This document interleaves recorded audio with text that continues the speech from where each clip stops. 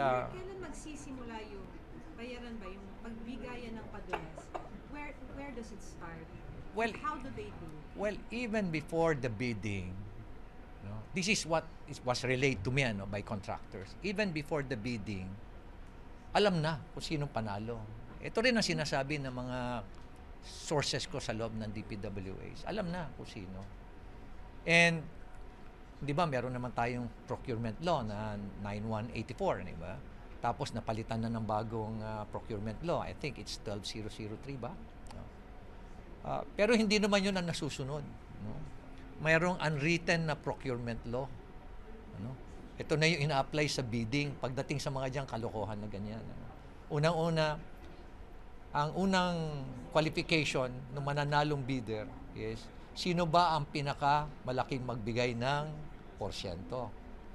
O assuming na there are 5 bidders, 3 yung nagbigay ng pare-parehong porsyento, okay, sinong una sa inyo makakapagbigay, pinakamabilis na magbigay ng advance? O assuming na pare-pareho sila ng date na magbibigay ng advance, ang next na parameter, sino sa inyo makapagbibigay ng pinakamalaking advance? Kaya kita nyo, it's all about money. Puro pera lang talaga yan. Mayor, paano sa tingin ninyo malilinis yung mga agencies like DPWH? Kasi ang natatanggal, ang pinag-resign lang ay mga USEC, yung mga nasa taas, kung systemic ang problema, paano ngayon yung buong agency? Well, siguro isa sa pinakamagandang ginawa ng ating presidente is nilagay si Vince Dizon doon.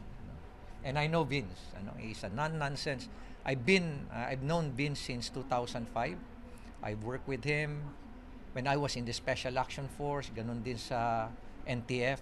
If you want things done, that's Vince Dizon. And talagang sa tingin ko, we've been talking to each other almost every day. At ginagawa niya lahat.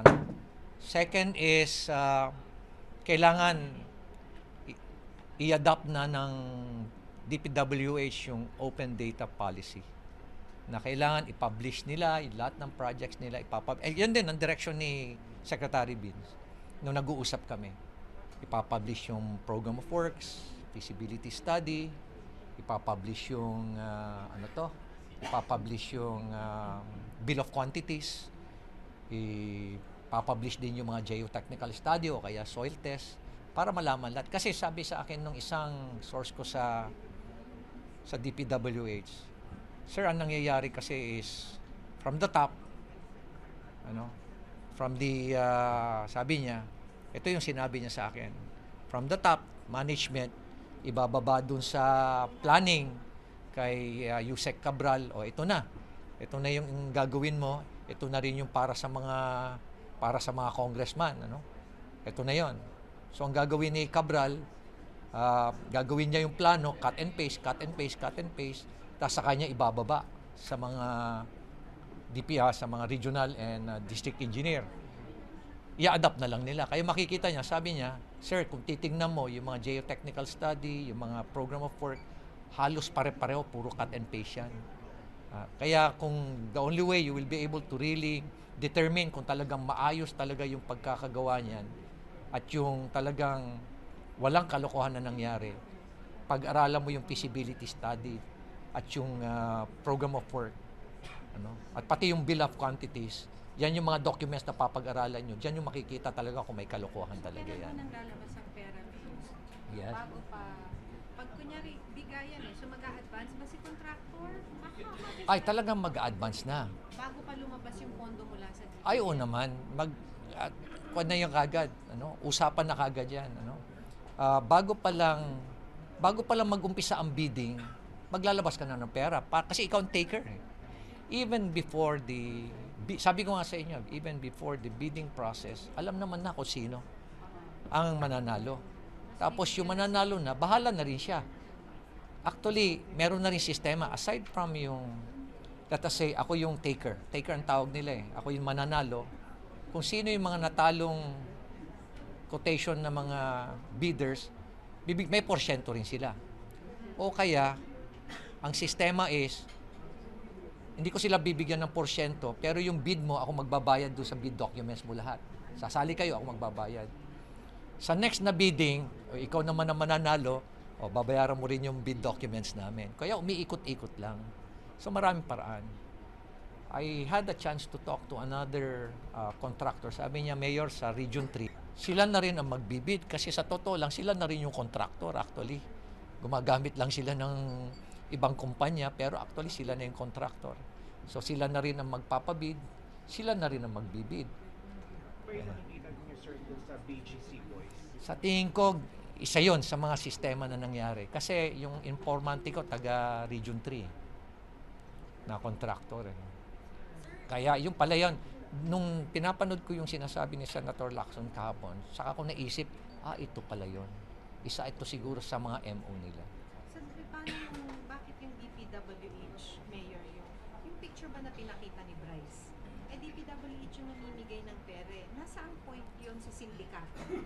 Kasi nga, usually, ang DPWH, kung sino yung designated, either district engineer o kaya isang personnel doon sa regional office o district engineer's office, siya yung designated ng trusted man nung politiko. So siya yung mangongolekta para sa politiko. Para kumbaga siya yung cut out. Para hindi lagi ma-connect doon sa politiko. Alangan naman yung contractor, i-deposit mo mismo. May mga ganun sistema eh. Kaya maraming scheme eh. Siya ang taga-kolekta, siya magdi-deliver. Katulad yung binanggit kay yung isang Yusek Bernardo, di ba? Diba? Lumabas na isa siya sa mga collector din, di ba? Ganon din 'yon. O kaya kung galing sa contractor? oo, kukunin niya yung sa contractor. Siya nang kukuha. And then siya magdi-distribute sa proponent. Yeah, siya na yung magdi-distribute do sa funder, sa funder. Oo. Pero sir, sinagulat niyo ba yung halimbawa yung O kaya kung katiwala naman nung politiko yung contractor, sila na mag-uusap. Yung contractor na dediretso. So, ang daming paraan kung paano yung pag-deliver. At tatanungin din nung contractor kasi bulky yung peso, kuminsan ang gusto na nung funder is i-convert mo na deliver mo na into dollars o euros, kung anong denomination gusto niya. Sure na ba talaga, sir, yung ganun kabilis? Halimbawa, ma-award na yung buwan. Tapos ngayong buwan may payout din na malaki. Nakita nyo siguro yung nangyari doon sa BGC, ano? Ang bilis, ano? Kasi nga, they're just so comfortable. Yung ngayon nakakalungkot doon. Parang wala nang takot na gawin nila yon. Parang normal na sa kanila. Na pati yung documentation nila, very complacent sila na akala nila wala na makakahuli sa kanila. Ganun na nangyari. Ganun na nag-evolve yung corruption sa infra projects. At hindi lang flood control yan. Meron pa yan, yung mga solar lights. Alam mo yung solar lights, napapabayaan lang natin yan, pero napakalaking pera din yan. Ano? Hindi pa yan, ano? Yeah. Sa basis of goods cost, tanong ko lang po, what exactly do you need, no? Para ma-control natin yung corruption? Consider niyo po ba tumakbo na presidente? I-apply iron hand? O i-apply din yung sabihin natin guilty until proven innocent? No, there's nothing political. Itong campaign namin for good governance, it was never political, no? This is our moral duty, it is our constitutional duty. Sabi nga natin, di ba? Meron sa 6713 Republic Act that public office is a public trust. And every local official, at the same time, citizens, is their civic duty na talagang make sure that public interest is safeguarded, that every peso should be spent for the common good, no? Yun ang ginagawa namin. Hindi naman kami nagtatabaw dito, gusto kong maging senator, gusto kong maging, never crossed my mind. If you look at our history on how we're fighting for good governance, it started in 2019. Immediately, I became mayor, nandun na yon yung good governance na crusade namin. Kaya please, wag na ho nating I'm sorry ho, no offense ho, but it's nothing to do about politics. Yung sinasabi ni Vizcaya na 20 to 25% na pupunta sa kongresista, credible yun? Well, siya nakakaalam, ano? Pero consistent doon sa mga binabanggit sa akin ng ibang mga contractors din. At yung mga ibang membro ng DPWH. Very consistent eh. Kita mo yung mga binabanggit ko na hatian sa porsyento at magkano na lang naiiwan. Iba-iba nga lang yung porsyento. Iba-iba. Kasi depende sa project yan. Kung dun sa project natin, depende rin sa markup sa project. Let us say sa Cat's Eye. Eh, ang laki-laki ng markup niyan. Isipin mo, bawat piraso, 9,900. O 9,000, sabihin natin 9,000. Almost 10,000. Eh, ilang milyon yung binili nila. Kaya they can demand about 30-40%. Ganon din yung ibang project na rock netting. Ang laki-laki dyan, 40%, 35%. Sa flood control, kanyan siguro mga nandun sa range na yan, 20-25%. Kasi nga yung markup hindi gaano. Kaya ang gagawin ngayon nung dadayain niya sa pag-install ng sheet pile, lalagyan niya ng maayos na sheet pile itong lugar na to, itong section na to. After that, yung susunod, putol-putulin niya. Alam niyo ba pag in-inspect niyo pa yan, siguro may lugar pa na walang sheet pile. Mayor, what do you make of the statements of Bryce Hernandez and Henry Alcantara? Parang naglalaglagan na. Well, Saan papunta to? alam mo, once na may makulong dyan, na non-bailable dyan, ay maglalaglagan lahat yan.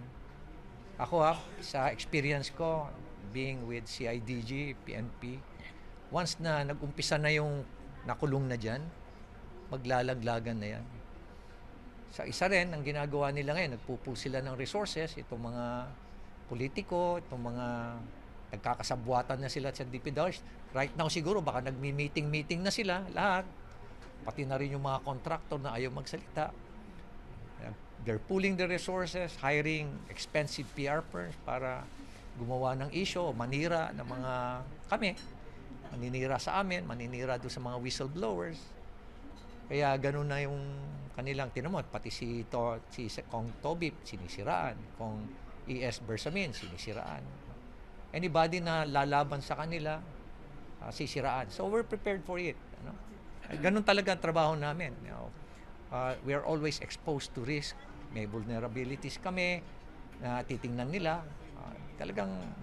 Pero that will not at all stop us from pursuing this crusade. There's another parang band of mafia outside of Bulacan. Ay, marami yan. It's not, yung Bulacan is just one of those groups yan. Alam mo nga, kung ano yan eh. Sa tingin ko, every area merong ganyan eh. Merong ganyan. Siguro, lower degree lang. In terms of depth, in terms of intensity, siguro mas lower lang. Pero at the end of the day, it's not about... it's something widespread. Sir, nababanggit si Saldi ko, pero since nasa Amerika daw, tapos baka sooner or later baka ma-involve na siya dito. Anong magandang intervention sa government? Alam mo, kung titignan mo lang yung mga SunWest, Haitong, at yung mga allied pa na mga companies, ilang flood control projects ang nabag nila. Aside from that, iba pa yung mga ibang mga infra projects pa na napunta sa kanila. Bakit napunta doon? Bakit na-corner nitong napakalaki nitong mga kanaton? Di ba? Conflict of interest, maski na sinabi natin na divest. Tapos, tingnan mo yung mga substandard na projects. People in Bicol are complaining. Meron pa nga lugar dyan na nilagyan niya ng napakaraming mga solar lights na parang akala mo yung public road na yun, inapi niya, parang ginawa pa niya private road niya. Diba? If it's a highly organized syndicate, Mayor, sino yung head ng sindikato? Siguro hintayin na lang natin na magsalita. Pero definitely ako You mentioned feeling Saldi ko kanina. yes, As oo. part of the mastermind. Siya sa mga kwan dyan. Isa siya sa mga figures dyan. And may isa pang mas mataas sa kanya. Hindi naman gagalaw yun kung walang Siyempre hindi naman gagalaw yun kung walang pahinturot yung mas mataas sa kanya. Which is the House Speaker. Tama ang inference ng publiko. Yan. Yeah. Tama ang inference ng publiko na kung sino yung mas mataas sa kanya. May Ako muna nagbigay siguro ng sagutin basbas. ngayon. Pero may nagbigay ng basbas, ibig sabihin Meron yan. Mayor, what difference does it make po to be heard po in the Senate or in the House? Can't you expose this in the Senate? Well, siguro imbitahin na lang nila ako. Di ba po nakakangiti? Imbitahin na lang nila siguro. Mayor, sa lawak po nito, you mentioned that this is widespread and this could possibly be nationwide. How long will it take for us to It's- solve this flood control mess? Kaya ba ito ng administrasyon? No, it will go beyond the administration. May experience ako dyan when we investigated yung NIA anomaly. If you remember, nagsalita si President Pinoy noon about yung anomalies, irregularities sa NIA project. Tapos pinatawag niya kagad kami sa Malacanang and he designated me as the lead investigators. Wala lang Yung binigyan kami ng 6 months, tip of the iceberg lang yung nakuha namin Talagang matindi. Ako, palagay ko, pati NIA, meron pa rin yan dito. So, hindi pa yan. Ito pa lang, flood control, matindi na yan. Meron pa yan yung mga irrigation projects, lalabas din yan. Iba pa yung mga anomalies sa mga rock netting, sa road opening, asphalt overlay, sa mga cat's eye. Nako, halos lahat na lang yata pinagkakitaan nila lahat. So, Mayor, ready na kayo to lead the independent Yeah. independent commission? Ready na kayo to lead that? Yeah, wala pa naman. Kung sakasakali man na nabuo na yun, then we're willing to ready to share and submit our documents at yung mga nakuha namin na mga dokumento. Thank you for watching. Don't forget to like, share and subscribe for the latest hot news of the press.